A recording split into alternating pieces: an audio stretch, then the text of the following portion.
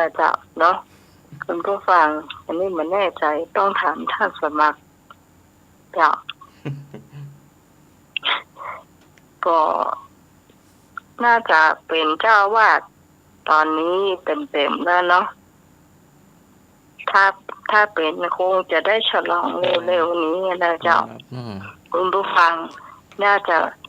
ช่วงพ่อป่าเขาตัวเองหูเนาะเจ้ายินดีล่วงหน้าตัวนะเจ้าก็ขอสวัสดีคุณผู้ฟังที่อยู่ทางบ้านทุกคนทุกท่านที่กำลังรับฟังรายการธรรมะคลายเครียดประจำวันเสาร์ที่15 เดือนกันยายนนะเจ้าแม่นวะเดือนตุลาไปถอยหลังก็ต้องเดือนกันเอ้ยเดือนตุลาเจ้าครับวันเวอย่างเดียวห้ามผูเวเจ้าเดือนตุลาแล้วเจ้าถ้าเปิ้นมาตรงหน้าจะไปตรงหลังให้หมดเนาะเจ้าเดือนตุลาคมนะเจ้าก็เดือนมันนี่ละเจ้าเนี่ยถ้านับเวลาไปก็พฤศจิกาธันวามกรา15 มกราก็อย่างว่าเนอะถึงแล้วเนอะพระป่าของเฮาแล้วเจ้าเนาะเนี่ยมันจะถึงวัยอย่างเงี้ยนี่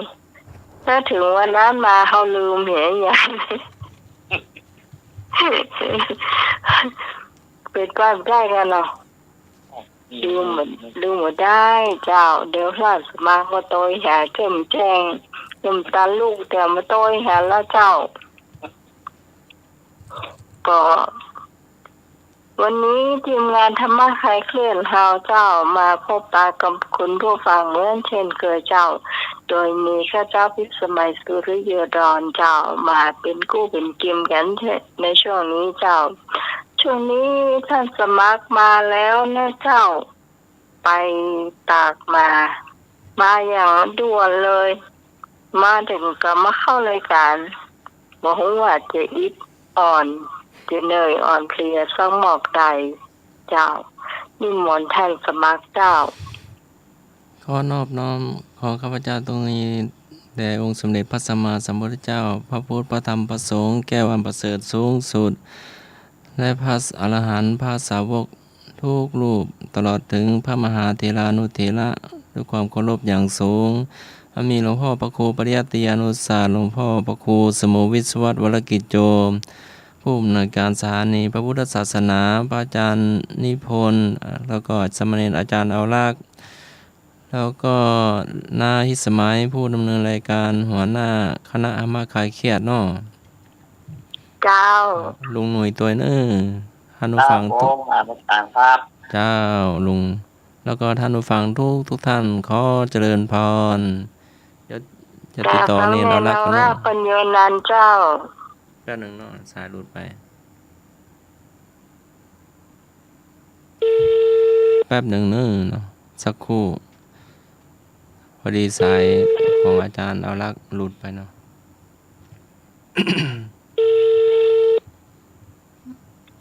ครับมาแล้วครับผมมาแล้วครับนิมนต์ครับผม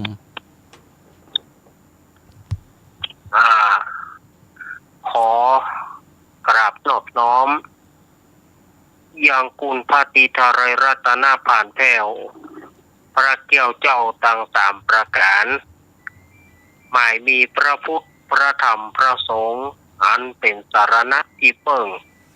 ของหมู่เฮาทั้งหลายขอกราบไหว้สาบุญญาปรมิธรรมท่านอาจารย์ท่านพระครูสมุวิศวัตรวรกิจโจผู้อำนวยการสถานีวิทยุคลื่นพระพุทธศาสนาการศึกษาและวัฒนธรรม 104.50 พร้อมไปด้วยท่านครูบาอาจารย์พระสงฆ์องค์สังฆเจ้าภิกษุสามเณรทุกรูปทุกองค์ที่ท่านได้เปิดวิทยุรับฟังอยู่ต่างวัดต่างวาด้วยความเคารพอย่างสูงสุดยิ่งครับผมขอกราบนมัสการท่านอาจารย์สมัครญาณศรีโลผู้ช่วยเจ้าวาดครับผม ครับผมอาจารย์สำเนียงรักครับผม ครับ แล้วก็สวัสดีพี่สมัยด้วยเนอะ เจ้านมัสการเจ้า สวัสดีลุงนุ้ย ครับผมครับผมต่างครับ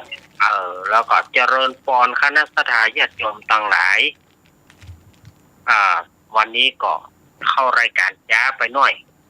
มันขัดข้องต่างเทคนิคหน่อยสัตยาญาติโยม มันขัดข้องหลายอย่าง ประการแรกก็ญาติโยมมาหา แล้วก็สนทนากันไป เพราะว่า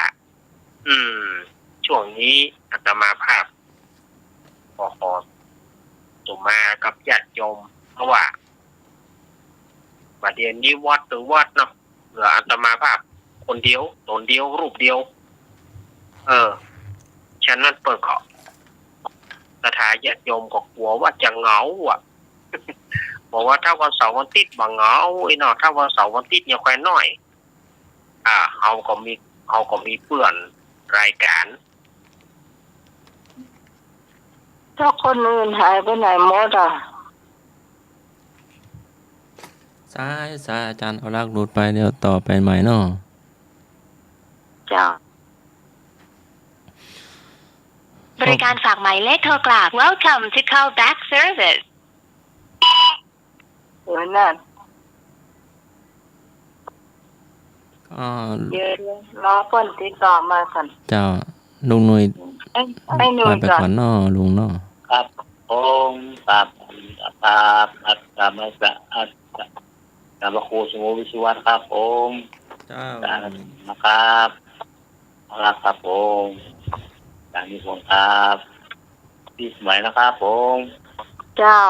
มาแขกทุกท่านทุกคนนะครับวันนี้มาครับมาช่วยใส่หัวนะครับผมครับ เจ้า วันนี้หมายเลขโทรศัพท์ใช้ได้กี่หมายเลขต้องสมัครช่วยดู ได้ทั้งสองเนาะได้ ได้ ทั้ง ถึง ส ส อ อง งเนาะ 0532260558 053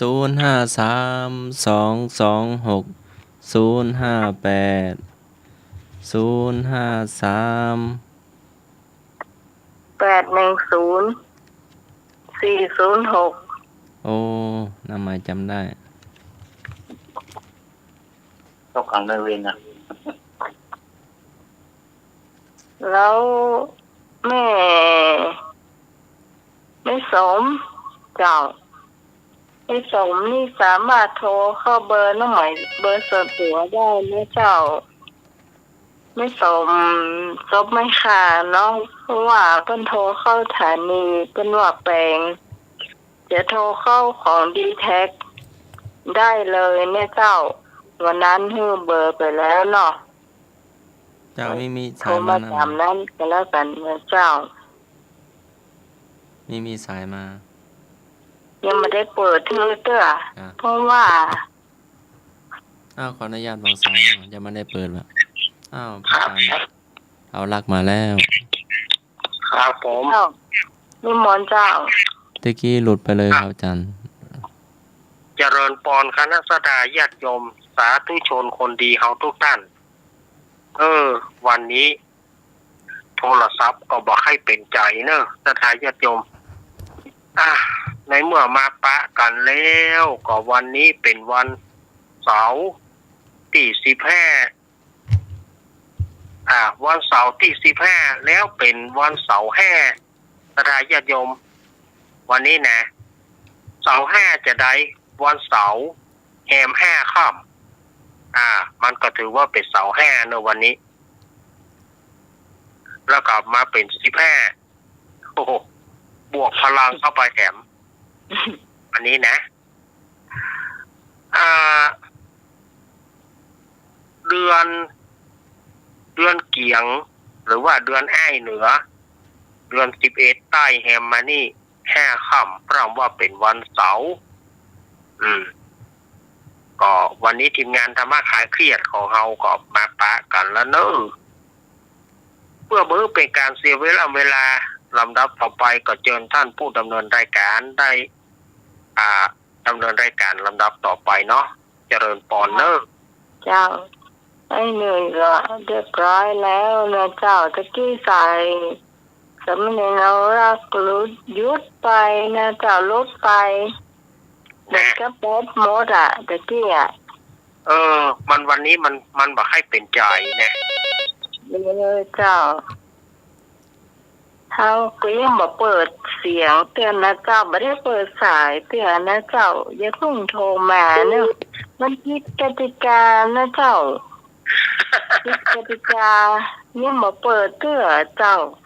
ยังไม่เปิดเตื้อไอ้เนาะ อันนี้ขอวางกติกาไว้ก่อนเถอะถ้าทายเพลงเมื่อใดก็ก้อยโทรมาก็แล้วกันนะเจ้าร อสักกรรมก่อนนี่เนาะ ร้องประกรรมเจ้า โทรมาทายกลุ่นถาเพลงเนาะ